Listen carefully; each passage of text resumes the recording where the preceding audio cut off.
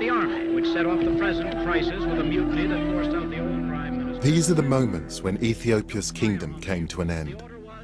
In February 1974, the Ethiopian military rose up in revolt. By September, they deposed the Emperor Haile Selassie. It was a coup that brought to an end one of the world's oldest continuous kingdoms. Gave it its first written constitution. Realizing that times must change, he has decreed constitutional reforms be made, apparently with a view toward making Ethiopia a constitution. Haile Selassie was the last emperor of a dynasty that claimed it could trace its roots back thousands of years. And orderly. The country is now a democratic republic, but Ethiopians haven't forgotten their kingdom's proud past. In the capital Addis Ababa, this statue of Emperor Menelik II celebrates Ethiopia's long tradition of independence.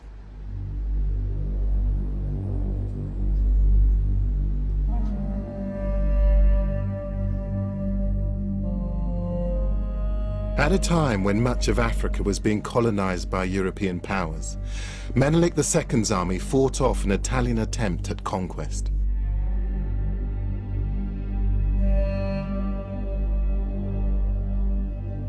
Ever since that famous victory, Ethiopia has been a beacon of self-determination for black people around the world. But I'm here to get back beyond that to the ancient history. I've got here the Kebra Nagast, the glory of kings, the story that tells you of all of those kings, those ancient empires. And I want to get behind that and find out exactly what made this country. The book I'm carrying is a modern translation of the most important text in Ethiopian history. The Kebra Nagast was written in the 13th century. It sets out the lineage of Ethiopia's emperors. It makes some grand claims. It says the dynasty began in 950 BC, and that the first emperor, Menelik I, was the son of illustrious parents, Solomon, king of Israel, and Queen Makeda, better known as the legendary Queen of Sheba. The link to the Old Testament gave a legitimacy to the Ethiopian Empire. But is there any truth in it? Is there really a connection between Solomon and Sheba and the Ethiopians? That's what I want to find out. No.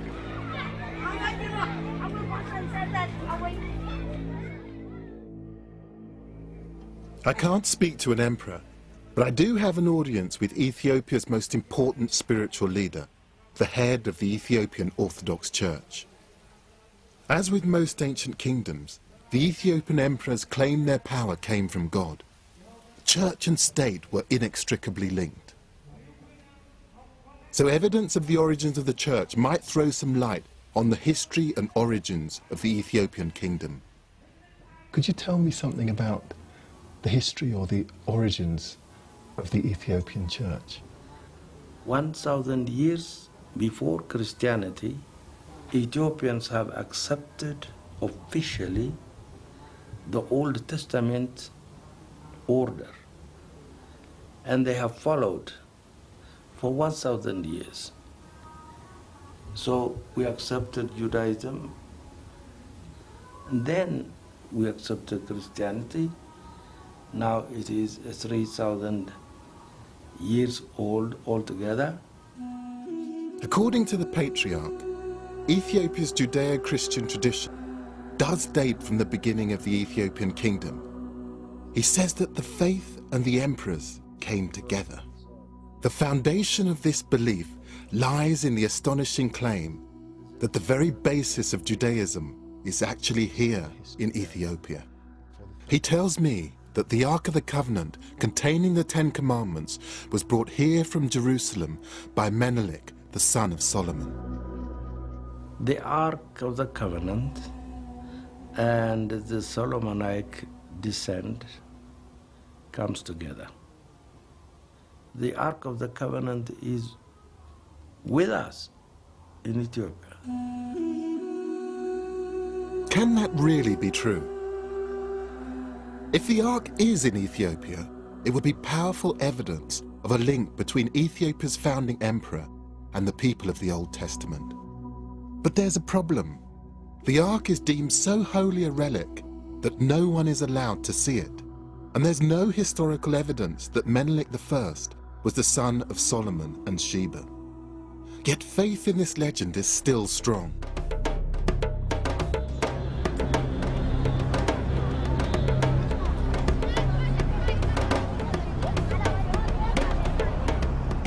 I want to find out why it endures and discover whether it's true. I'm going to look for continuities that might appear over centuries in religious traditions, in language, and in Ethiopia's old buildings. I want to see if I can connect them to Solomon and to Sheba.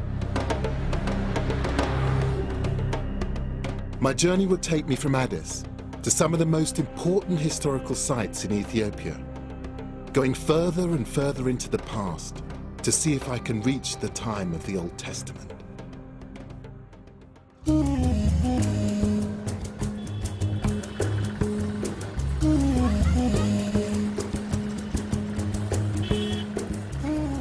My guide here is Habtamu Mamu.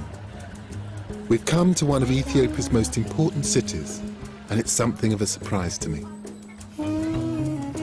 So this is the old city? Yeah, this is one of the 5 main gates of Harar, you know? Right. The legend of Ethiopia's unbroken Judeo-Christian history isn't that straightforward. Harar is a Muslim city. It's like a warren. And it confounds my expectations in other ways too. Ethiopia's modern history has been blighted by drought and famine. But in places unaffected by shortages like Harar's market, trade is brisk.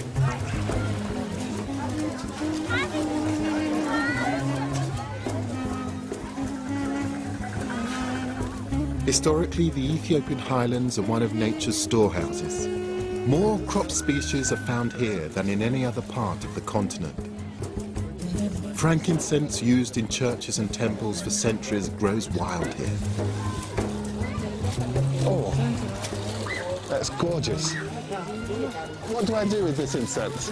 And it smells beautiful as it is, but how do I make it even more powerful? When we make coffee, Yes. you just fire, and then you put on the fire, and it smells good for the coffee ceremony. Thank you very much. Thank you. What should I be saying to her? I'm a seconado. I'm a seconado. And I apologize for being so English about it. For at least 2,000 years, Ethiopians have traded frankincense north to the eastern Mediterranean, along with a lively trade in other goods. Coffee was first cultivated here in the 9th century, but it isn't the most popular item for sale. This is chat. It's the stuff that they eat. And what is it good for you? What does it do? The chat. It's very good that it makes you awake. It's just the stimulant. It makes you strong. It stimulates you more. It's to make me really.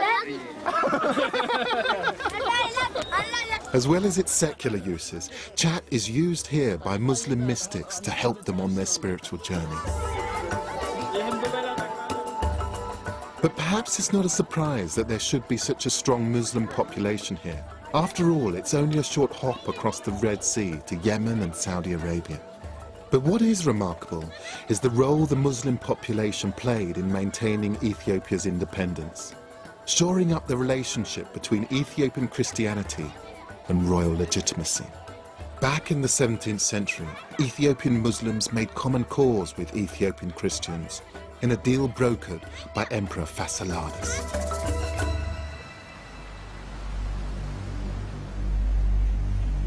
I'm heading to his capital to find out more about him and the Ethiopian kingdom he ruled over. I'm traveling to Gondar across Lake Tana on the ancient trade route which avoids the mountains. The unlikely alliance of Christians and Muslims came about as a reaction against foreign interference. During the 16th century, the Portuguese arrived with 2 purposes in mind. One was to take over the Muslim trade routes. The other was to find a mythical Christian ruler called Prester John. They travelled right down the west coast of Africa in search of him. And then when the boat technology improved, they came up the east coast. And it was here in Ethiopia, that they thought that they'd found him. Prester John turned out to be a figment of European imagination. Instead, the Portuguese found a real Ethiopian Christian kingdom. And whilst they enjoyed some success in converting the local population to Catholicism, their attempts angered many. A foreign imported version of Christianity united Ethiopian Christian and Muslim alike under the banner of Emperor Fasciladas. They expelled the Portuguese and executed their Jesuit priests. Ethiopian traditions were again free from outside influence. Some seem unchanged to this day. Papyrus canoes like this one have been used here for thousands of years.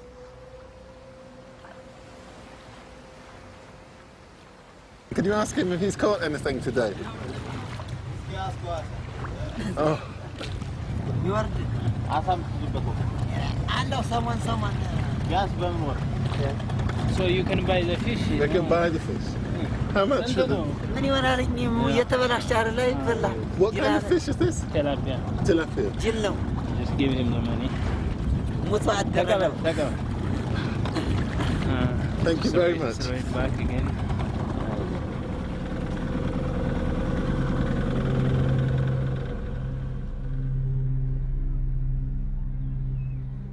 To the north of Lake Tana lies Gondar, Ethiopia's 17th century capital. It's dominated by an impressive castle. The city was built by Emperor Fasciladas in 1635, the man who brought Christian and Muslim together in common cause. I've arranged to meet the curator here, Getch Yigso. Hello, sir.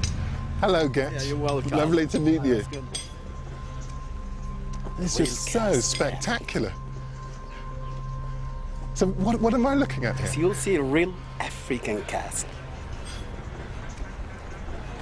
This is really the first place black people who live in a castle. In palace in Ghana and in Morocco, in Tunisia, such castle. This is the first and only castle. The man who built it was determined to defend Ethiopia's independence. Getch tells me that Emperor Fasciladas was a strong leader in control of a significant capital. Oh yeah, because in Ghana at that time there was about 60,000 inhabitants, you can imagine. That was 400 years ago. It's a big town. So we're able to imagine that he was so kind and very visionary man, very wise man. That's why he built such an edifice, an impressive castle. Fasciladas wasn't just displaying his power with this building. There are telling clues that he was also asserting his legitimacy by reminding people of the link to King Solomon and the people of the Old Testament.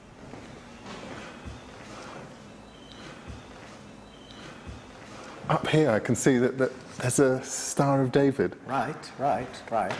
That is the Star of David because the previous Ethiopia kingdoms believed that their families comes from the Solomonic descendant. Yes. They're from the same family.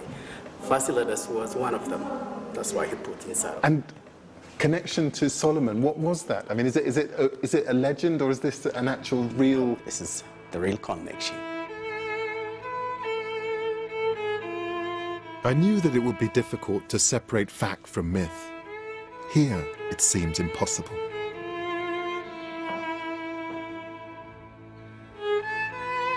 Of course, the Star of David is only one hint that the emperors claimed to be descended from Solomon. I'm wondering whether there is anything else in this castle that points back to the world of the Old Testament. For me, the best way of getting a real sense of the building is to sit down, just spend a few quiet minutes, just sketching. I suspect that Fasciladas may have been more influenced by outsiders than he would have cared to admit. The battlements look Portuguese to me, and the domes look east towards perhaps India. But I can also see what looks like a curious technique. in the way the long wooden beams have been used in the stone building. I'm particularly interested in how the architect has used this beam to support the masonry, and it's a wooden beam. It's quite unusual for it to be that long. The beam's unnecessarily long for its function. My hunch is the design may be a throwback to an earlier time. It's almost like an architectural quote. To see it here in this site where they've absorbed influences from all over the neighbouring regions is absolutely fascinating. Details like the beam suggest that while there were some outside influences on the kingdom, local heritage and traditions were fundamental. And the execution of the Portuguese Jesuits shows the emperor's determination to defend the distinctive role of the Ethiopian church. Just as in Western Europe, many of the oldest buildings still standing in Ethiopia are churches. And I feel sure these buildings can tell me about the relationship between the emperors, their faith, and their history. This church was built by Emperor Yasu, a close successor to Fasciladas in the 17th century.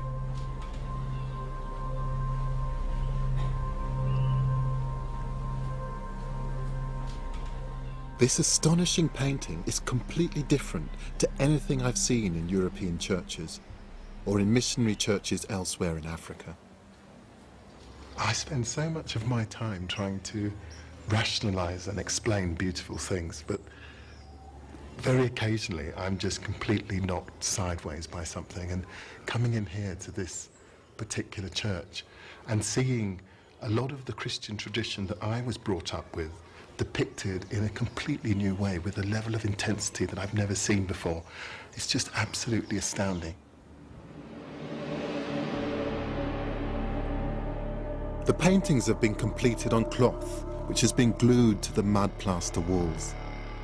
Emperor Yasu seems to have been reassuring his subjects that he could look after them. He commissioned artists to paint angels on the ceilings as if protecting the worshippers below.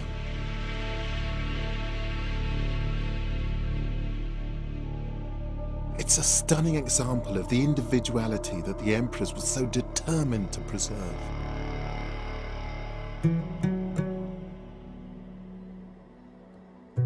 And I can't help wondering whether other telling traces of the past still survive within Ethiopia's ancient churches.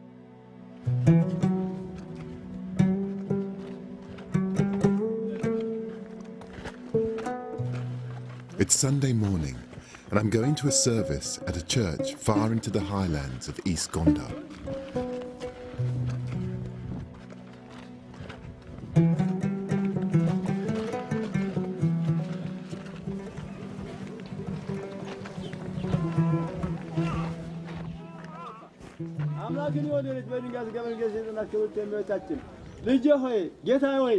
Bible passages are being read in Ge'ez, the ancient language of the Ethiopian kingdom.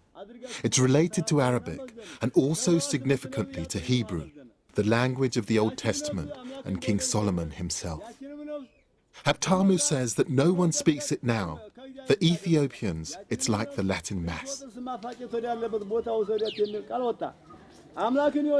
But this isn't the main event. The crowds are outside a cave, and it's this cave that has the real significance here.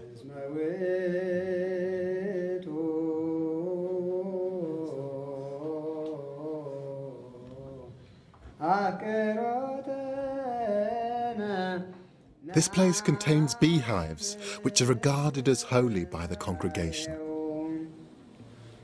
And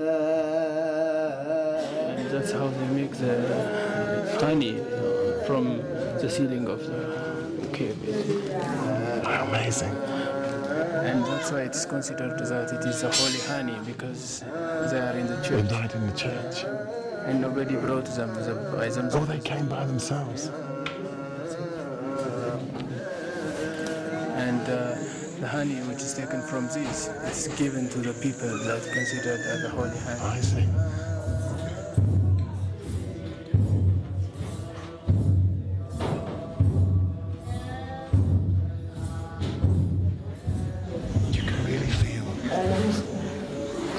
indescribable feeling of people believing in this place. I get a sense that it's not just communing with God, it's making contact with a very profound past.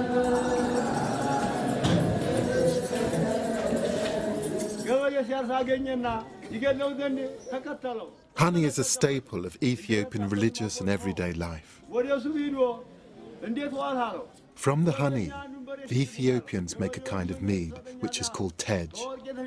It is both the national drink and the communion wine. This honey is believed to have healing powers, a cure for everything from minor ailments to major ones, like leprosy. Honey has long had a special place in other cultures in Africa and the Middle East.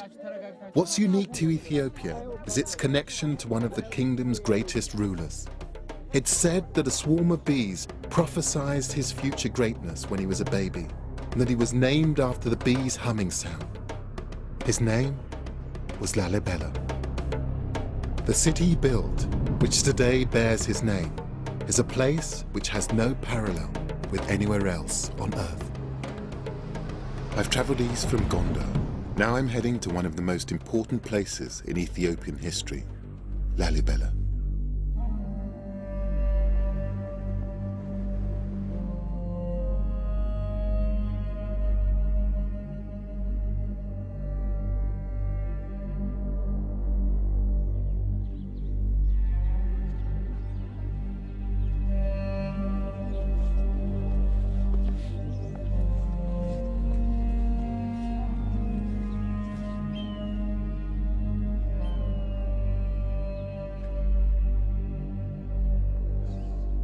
Not much that could prepare you for that.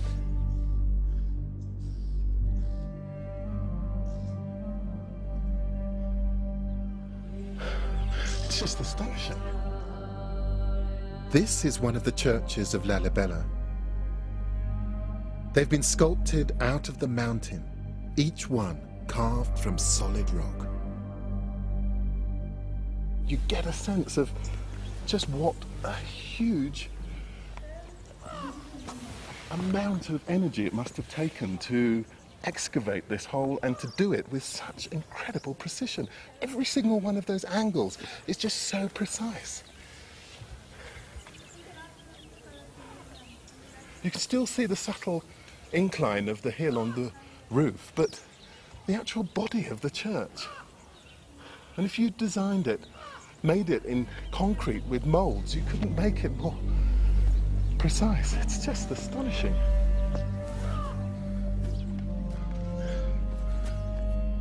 The man responsible for commanding the building of 11 of these incredible structures was Emperor Lalibela.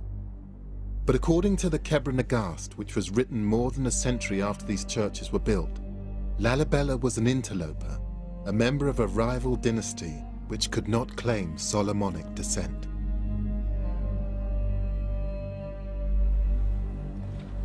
However, Lalibela claimed God commanded him to build these churches, and in so doing, he attempted to claim legitimacy as an emperor because he was doing God's work. A legend grew over centuries that the buildings were completed at superhuman speed.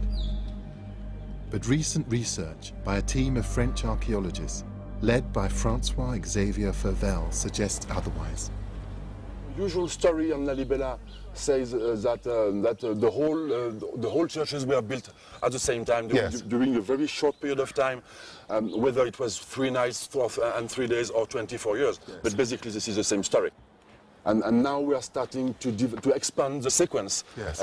And which covers now a number of centuries. Yes. We have occupations here, human occupation, centuries before the 13th century, yes.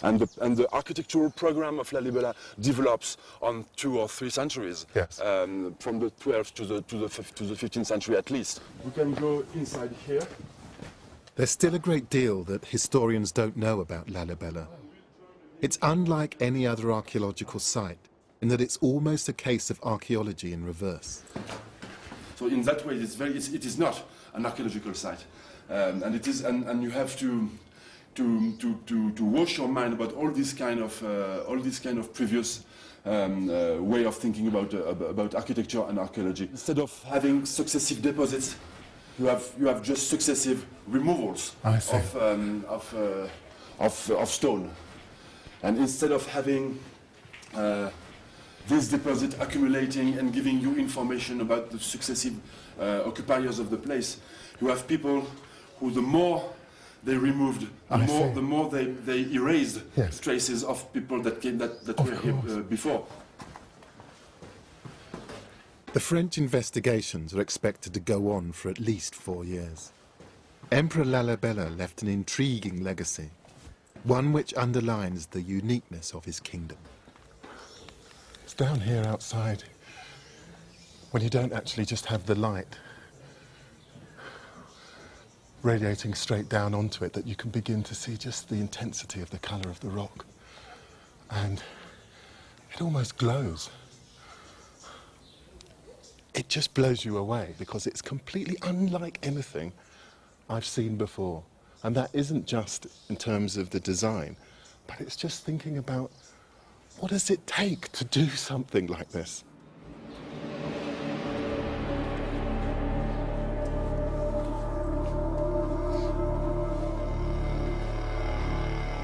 It's a breathtaking display of the emperor's power to be able to command his people to excavate thousands of tons of rock without any form of mechanization.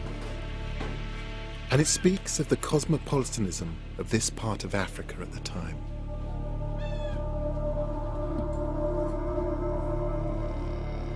They brought images, influences from all over Christendom and beyond. I look at the influences and I'm just amazed that there's two-headed eagle that you might see in Constantinople. There's a Star of David, and in the centre of the Star of David is a cross. And in the friezes above the arch are what look like Greek icons. It's an astounding coming together of different cultural influences to create something which certainly aesthetically works, but also sends a signal about this being a new centre of religious thinking, a new Jerusalem.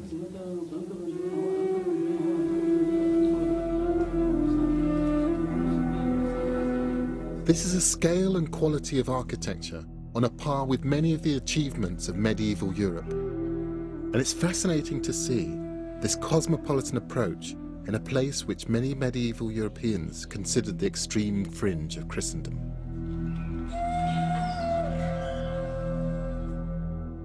Thousands of pilgrims made the journey here to worship, and 700 years later, they still do. People come here to the 11 churches of Lalibela from all over Ethiopia and beyond.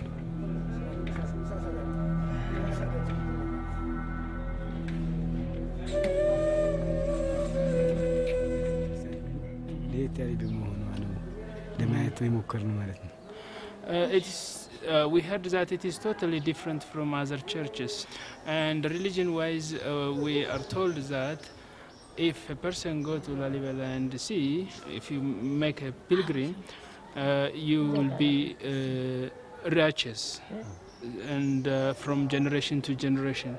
So that's why we luckily come here and to see the church. There's no doubt that Emperor Lalibela left the kingdom something lasting and significant. It might also provide me with another clue that takes me further back into the past in my search for the kingdom's origins. The architectural features are very distinctive. These shapes are thought to represent the rising sun, and the lower windows have a variety of cross designs. It's a double cross so that you can actually see it both as a cross and then also extruded. And then at the very top is this shape that you see everywhere. One of the things I'm beginning to think about this building is just looking at these windows, you are forced to ask the question, why? Why these shapes? But also, why go to this length of bother to create something quite so complex? But more intriguing than the windows are the blocks at each corner. They look almost like beams, but the way these churches have been created means that they're architecturally unnecessary. This building is completely made from solid rock, so there will be no need to have any supporting structures inside it. And yet it has some of those sorts of supports running all the way along the length of this building. The use of apparently structural features as pure decoration tells me that they've been copied from buildings that already existed. Architectural quotations, if you like. It also suggests that those earlier buildings may have been important to the people who built Lalibela. Remember, according to the Kebra Nagast, Lalibela was not descended from Solomon, so perhaps in copying an architectural style, he was emphasizing his claim to be the heir of earlier rulers. Maybe in this architecture lies Lalibela's claim to royal legitimacy, to biblical descent, and to greatness. But I don't know how old the buildings that inspired Lalibela might be, or whether they lead to a connection between the kingdom and Solomon and Sheba. To find out, I'm going to head even further into Ethiopia's past. This is one of the oldest inhabited places in the world. Archaeologists have discovered signs of the earliest human development here from over 4 million years ago. Even things that appear recent are ancient. These terraces in Tigray province are believed to have been ploughed for 3,000 years. In pre-colonial times, Ethiopia was the only sub-Saharan country to use the ox-drawn plough, a crucial step away from the pastoralist culture of the rest of the continent further to the south.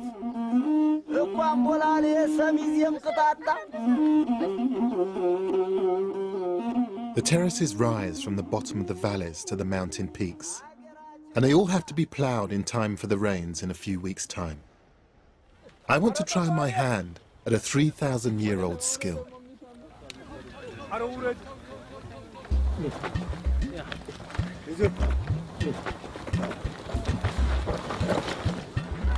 a natural. How do you get out of a job here? Hit, Velo. I nearly had my eye out there. How do I stop them? What do I do to them? Stop!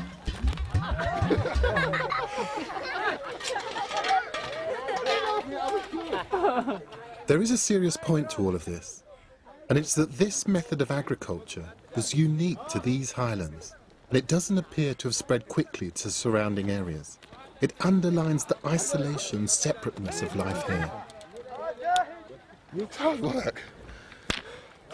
It must be about 90 degrees out here. I must admit, I really wouldn't want this as a job. He's just as bad at steering as I am. I might have to give him a few tips, I think.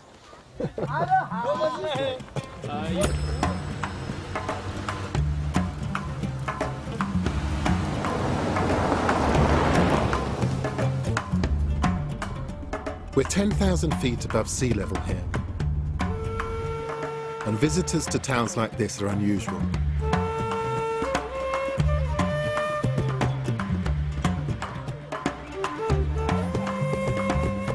I wonder whether isolation like this is why Ethiopia's traditions seem to have lasted so long. They could develop independently and free from outside interference.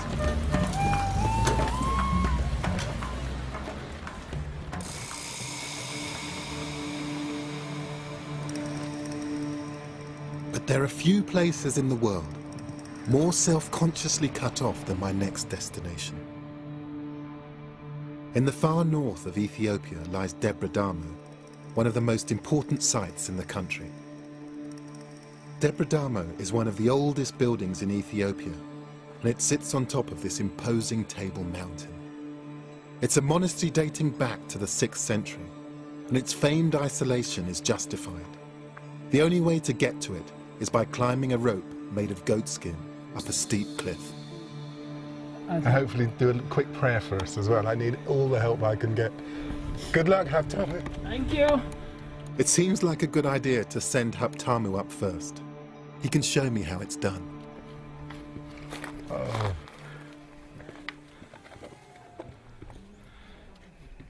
Oh, no, he's fine. Well done, Haptamu. Okay, let's get this safety on. If this has worked for thousands of years, I mean, who am I to doubt it?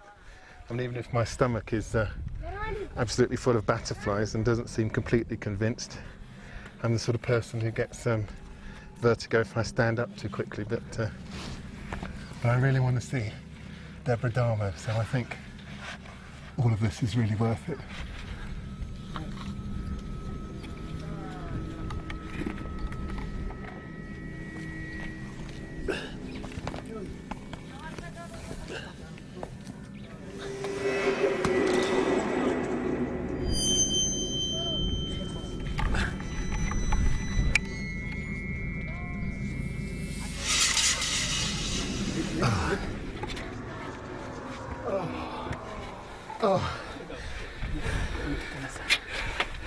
I made it. Oh, that probably wasn't very dignified, but I don't care.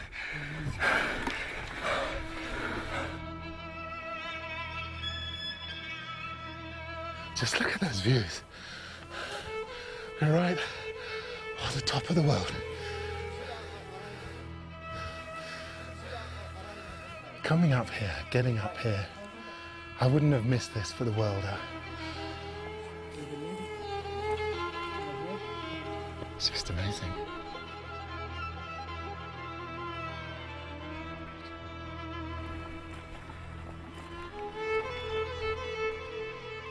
When the monastery was first established, it's believed that up to 1,000 monks lived up here.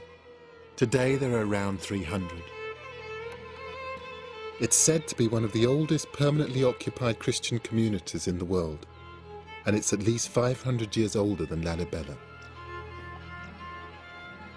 It was built thanks to another Ethiopian emperor, Gabra Mescal. He ordered the construction of a colossal ramp to help get building materials up onto the plateau. Once the monastery was completed, the ramp was demolished and Deborah Damo was isolated once more.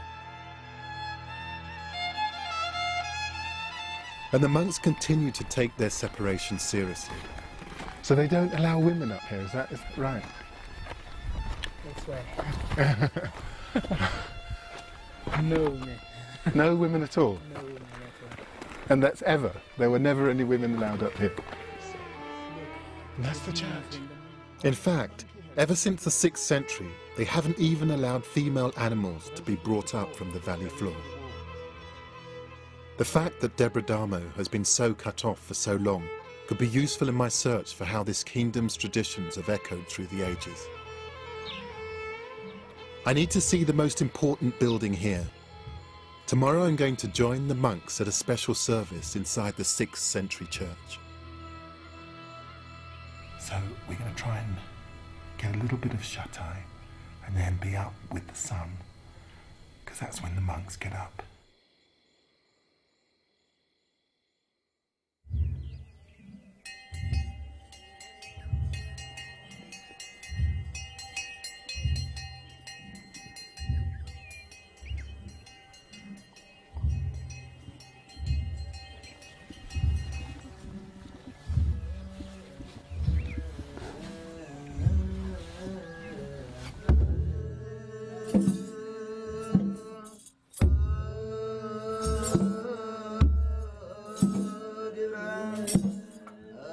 Like every religious ceremony I've seen in Ethiopia, their unique approach to Christianity is evident.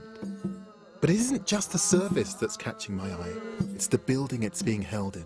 The most amazing thing is to see some of the features that I saw earlier in my trip. you begin to get a sense of that history that was being evoked by the architects of Lalibela and Gonda. But here, it's actually holding up this structure. This was what they were echoing. Here are the square-ended beams I saw on the corners of the windows at Lalibela's rock churches. The rising sun window designs here too. And I last saw these distinctive long wooden beams in the castle at Gonda, where the architecture struck me as being from an older local tradition. And here it is in a 6th century church, made from small uneven stones. It's only these kinds of beams that can hold up walls like these. And another feature literally stands out. Different shaped beams which extend beyond the walls. These are called monkey heads. I just tried to spend a few minutes just thinking about how this monkey head technology was actually put together. And what I think is that these heads represent the end of a sort of dumbbell-like piece of wood that sat across a beam. And basically, because the ends were wider than the body of these structures, it actually meant that the pressure from above helped to keep the building taut. This actually meant that you could actually build more than one story on these buildings.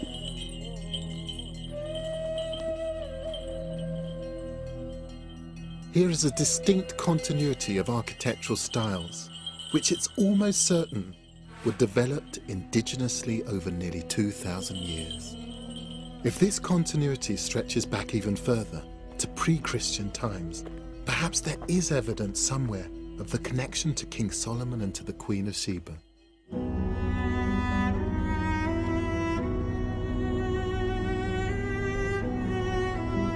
Debre Damo deliberately cut itself off from the world. My next destination was once the busiest and most important city in Africa, Aksum. The interesting thing is that at the time that Debre Damo was being founded, Aksum was a huge, thriving city. And I'm just reading this book, which is about Aksum at its height, about it being a huge ivory market and people coming from all about to trade with this enormous empire. The book is the Periplus of the Erythraean Sea, a 1st century travel guide which describes Aksum as a thriving, bustling city. In fact, other documents of the time ranked Aksum alongside Rome, Persia and China as one of the 4 great world powers. Given its significance, I think it's remarkable we know so little about its history.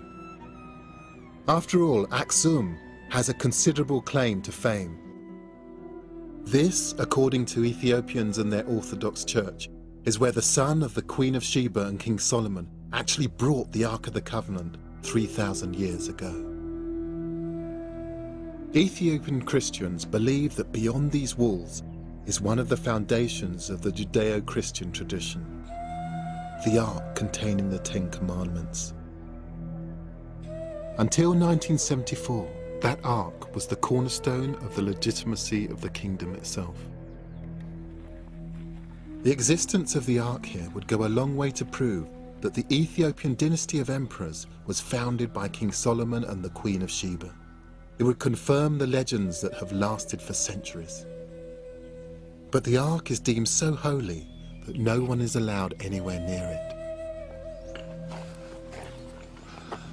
I can't go beyond this point here, because in that chapel there is where the Ark of the Covenant is said to be held.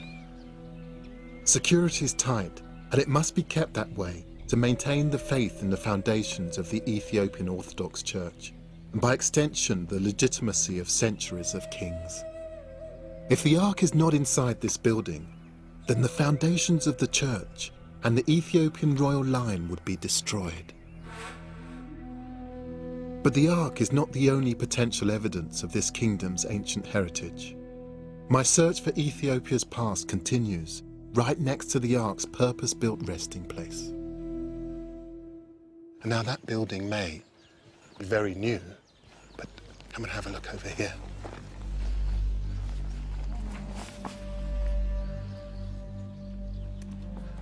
Down here is something very, very old. This is the remains of a building which is 4th century, said to have been built by King Ezana. Ezana, archaeologists believe, was responsible for Ethiopia's first Christian church. He was the first Ethiopian emperor to convert to Christianity. Archaeologists know this for certain because coins minted during his rule show almost the moment of Ezana's conversion. One coin has a Christian cross in its design, but another, earlier coin, shows the pre-Christian religious symbol of the crescent moon and the sun. This is hugely significant. It means that there was a continuity of ruler before and after Ethiopia became a Christian country. The Judeo-Christian tradition here does seem to be unbroken. The coins confirm another fact. By the 4th century, this was a significant, well-established kingdom. This was the only place in sub-Saharan Africa at that time known to have issued currency.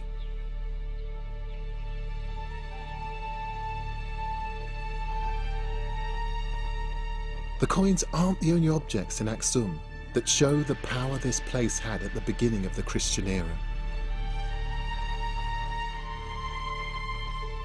These are the grave markers, or stelae, of the emperors at Aksum. They were made from solid granite, and some date back to the 1st and 2nd centuries.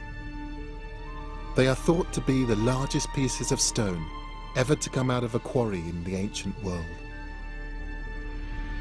The tallest stood at over 30 meters and weighed around 500 tons. I think they're as impressive as any monument I've seen in Athens or Rome. My guide here, Yagalam Fisheha, is showing me their amazing carvings, which are still beautifully clear almost 2,000 years after they were made. They depict the great buildings it was believed the emperors would inhabit in the afterlife, skyscrapers to immortality. This architecture was the architecture of the Aksumite people. It's an architecture of a building. Yes. Multi-story house. I see. Multi-story house. And then these are the... wooden beams. They represent, the end of the wooden beams. When the Aksumites were practicing this architecture, first they started with wood. So we have the windows. So we have the wooden beams. Then we have another. So this in general is multi-story house building. I've seen this before. This is the architecture used at Debra around 500 years later. And over 1,000 years later, it appears to have inspired the stonework of the churches of Lalibela. At the top is a symbol of the rising sun once more.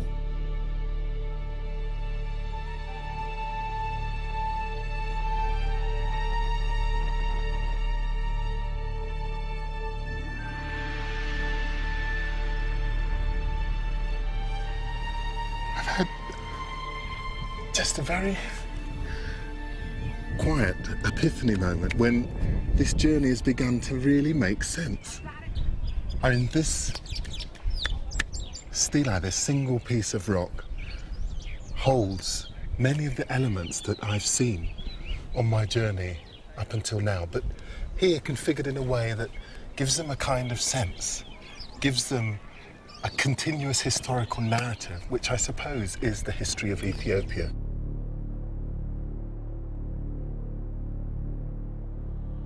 The features on these stelae, marking the ancient burial places of Ethiopian emperors 2,000 years ago, have been consciously echoed down the years by the emperors that followed them. What I'm seeing at Aksum are continuous traditions taking the story of the Ethiopian kingdom back to the beginning of Christianity. But I still want to find evidence that the kingdom might go back even further, to the days of Solomon and Sheba.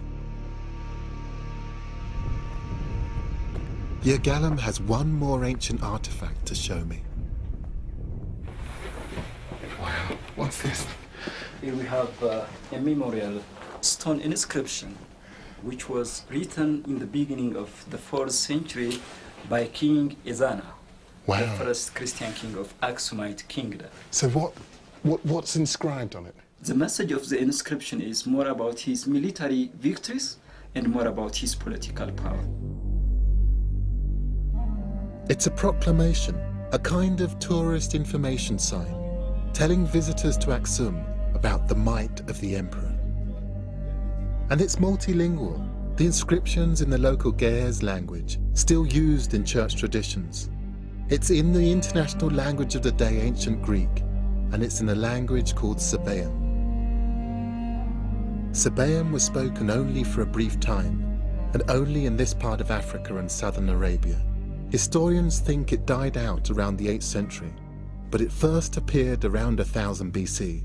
It's the language of Saba, the part of Yemen where the Queen of Sheba is said to have come from. This stone is from the 4th century AD, 1400 years after the Queen of Sheba is supposed to have reigned. It's not the Ark of the Covenant, but it does point me deeper into the past in my search for the kingdom's origins. It's thought that the kingdom of Aksum was a continuation of a civilization which had existed nearby. That's where I'm headed now. Just 20 miles away is the town of Yeha. It could be the Old Testament world I've been looking for. In this ancient town is a pre-Christian temple. There were worshippers here when the Old Testament prophets were writing. Over here, there would have been an altar. And it's quite a deep well beneath the altar because there would have been ritual sacrifice here.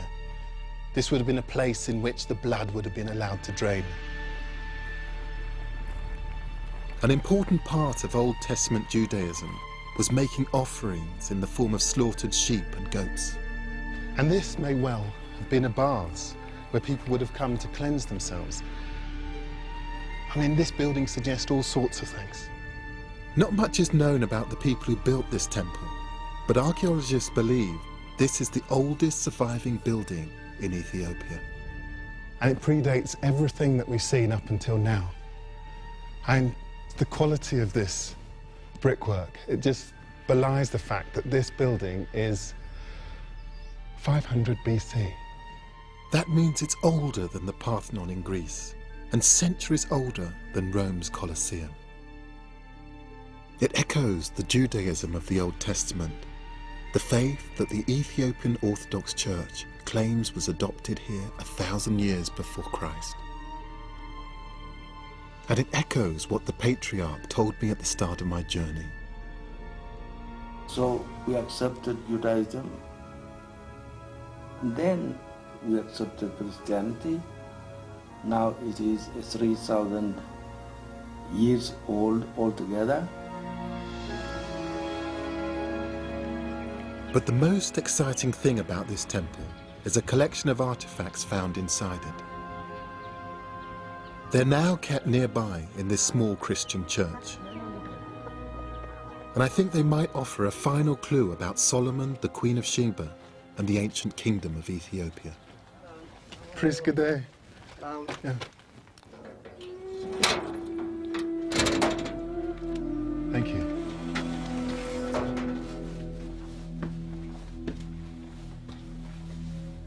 I didn't know it would be like this. There are crosses and scriptures spanning many years of Christianity.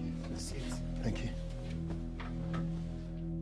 And there's an incense burner which doesn't belong in any church. It's been carved with the pre-Christian symbol of the crescent moon and the sun. Archaeologists think it dates from the 5th century BC. And from the same era as the burner are these stones, inscribed in the language of the Queen of Sheba, Sabaean. These are almost certainly objects from the time of the Old Testament, and they show an ancient link between Ethiopia and Saba, the home of the Queen of Sheba. This takes us back to, well, to the very beginning. I mean, a lot of people talk about the Queen of Sheba, and here you're showing me a stone inscription which may well mean that all of that is true. It's pre-Christian evidence of the Queen of Sheba's language in the heart of ancient Ethiopia. It means it's just possible that the legend of her son founding Ethiopia's kingdom is based in fact. I wanted to find out whether there was any truth in the legend of Ethiopia's kingdom being founded by the son of King Solomon and the Queen of Sheba. In Ethiopia, separating legend from fact is difficult. The stones in the church inscribed with the Sabaean characters are estimated to be 2,500 years old. Not quite the 3,000 years the church claims for its connection to the Old Testament, but not far off. And whilst there might not be proof of a blood connection to Solomon, there is a striking cultural connection to the world of the Old Testament.